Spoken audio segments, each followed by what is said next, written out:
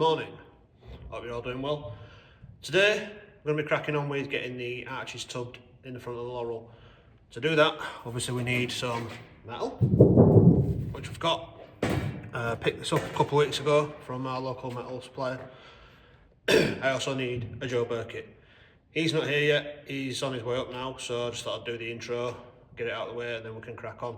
But yeah, essentially he's going to be leading the way on this today because I ain't got the first clue about metal fabrication, things like that.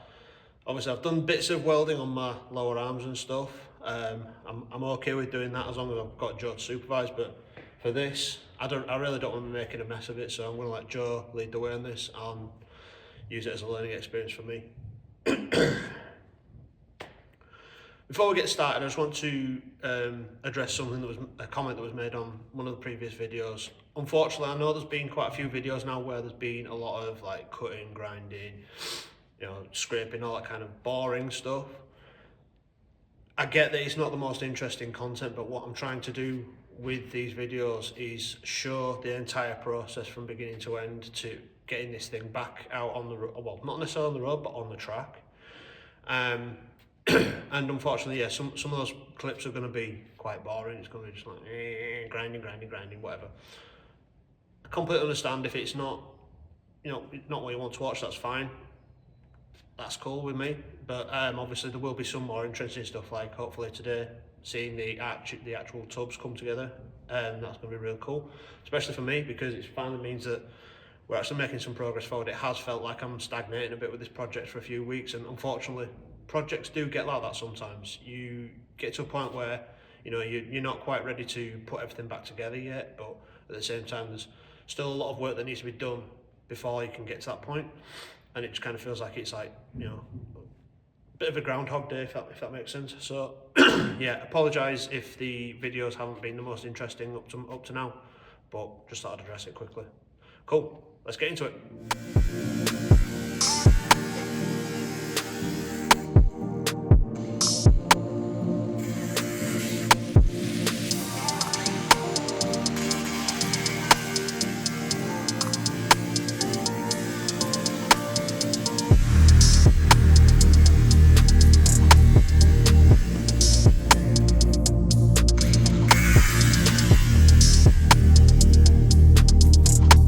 Towards the end of the last video, you might remember that I started making some cardboard templates for my tubs. These have now been transferred onto the sheets of metal that I bought. I'm starting to cut those out. So one of the things I found really interesting about this process, which I didn't really think about before and wasn't really aware of, probably through years of watching other people doing similar things on YouTube and not really getting to see the full process up close, is that it's not just a simple case of you cut a piece out, you weld it in, and then you just trim off the bits that overhang. You probably could do it like that, but it's doing it this way, you're kind of manipulating the shape until you get it close enough so that it fits really well, and then you end up with minimal to trim afterwards, and it makes for a much nicer fit. What you do is you take the basic template, offer it up to where it's going to go, and find out what needs cutting and where to kind of work it into place so that you get a really good fit before it finally gets welded into. As you'll see over the next few minutes, there's a lot of cutting, shaping, filing down, not sanding, just to try and get this first piece to sit properly. This first piece, it actually forms the top of the tub, so this was kind of the most difficult piece to actually cut out and get right, but as you can see, it works out quite well later on.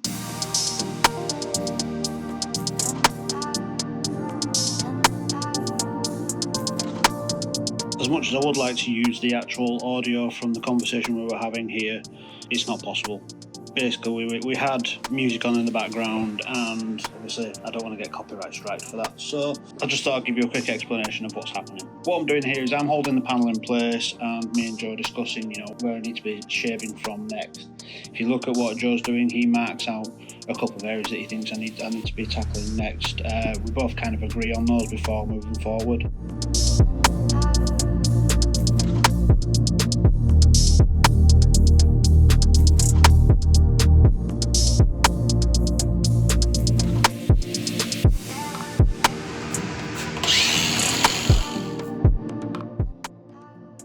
As you can see on the panel, there are a couple of marker pen marks now. These are there to tell me where I need to be trimming down next. The key thing here is that you take your time with it. You don't cut too much off too soon, because if you do that, then you run the risk of the panel not fitting at all, which means you've essentially wasted a piece of metal at that point. Better to take your time, go slow, and just keep iterating over this process.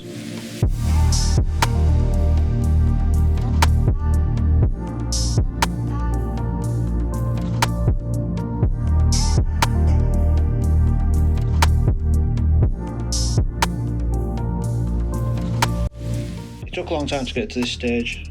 As you can see, we're finally getting around to Joe tacking in the first of the panels.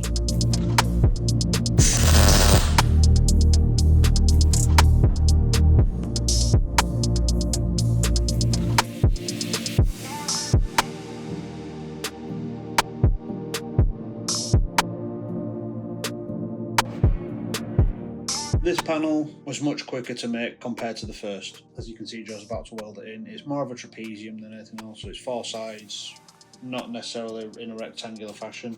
All I did was draw and cut it out oversized first, trim it down until it fit perfectly, and then clamped it in place so that Joe could tack it in.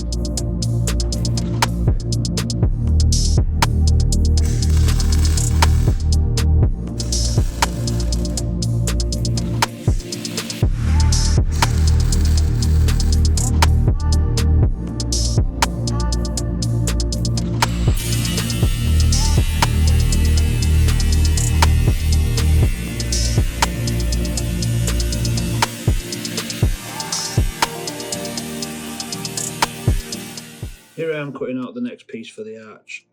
This piece is going to be what boxes it all in, so it's the side piece. It has an arch in it that follows the curve of the tub, and it's got straight on the bottom to kind of match up with that flat piece you just saw us putting in. These were, on the face of it, quite simple to cut out and get down to size, but obviously cutting a curve with an angled rider I didn't find particularly easy personally.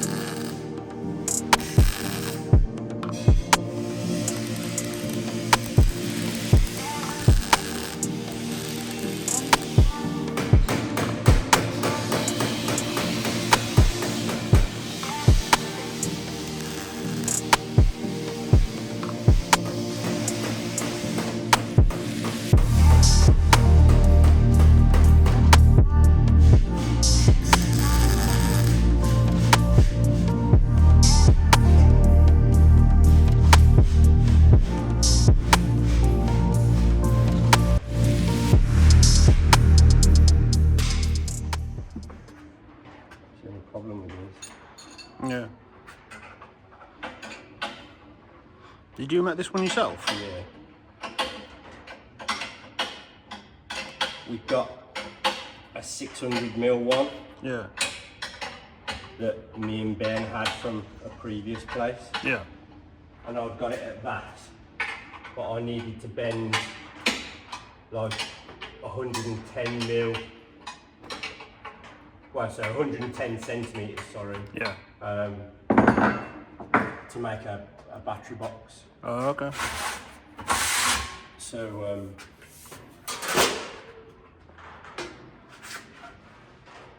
yeah, a bit more. We can offer it in to see how it goes there first. Yeah, if you want. To break it up with that kink actually. Yeah. Fucking hell, look at that. Really there, aren't you? Yeah, it's not far off at all, no. I think it's the back part that needs bending more than the front, isn't it? Just because you've got more of the arch at the front. Well, what I can do is I can bend from there to there now. Yeah. Oh, so you're kind of doing it in multiple So stages. fan it over. Oh, You okay. will obviously, when you paint it, you'll have Yeah.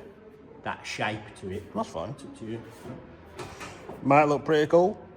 Who knows? It's this back bit I'm worried about because we've got to notch that to fit, but also not lose a massive gap there. Yeah. It should be okay. He's going to come away is the problem. But it's nothing. A bit of MIG splat won't fix. Yeah, I think we need to go to the 30 degrees because that'll bring it into this notch. Yeah. See, at the moment I can get a finger behind there. Yeah, yeah. So That makes suppose sense. it's the strength, isn't it? Yeah. Takes longer to do the fucking bolts up than it does to actually work on the panel.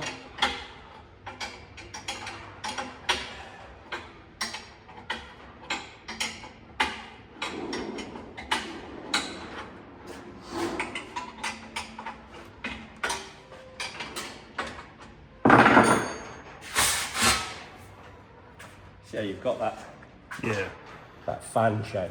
Yeah. Don't film me, it won't fit.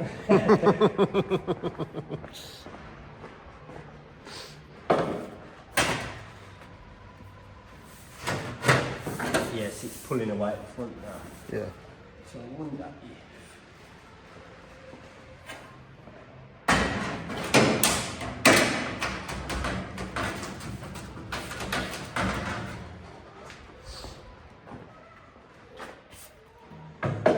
Some manipulations.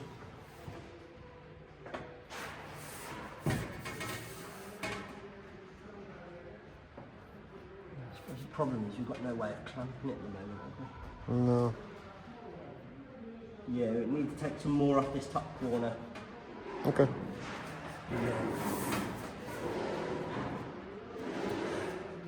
I might tack it in place at the front so I can actually push and bend at the back. Yeah. And then when we need to dead it off again, I'll just cut the tack. No, that's what you need to do. Right, do you want to grind some more out of this top corner? Will do.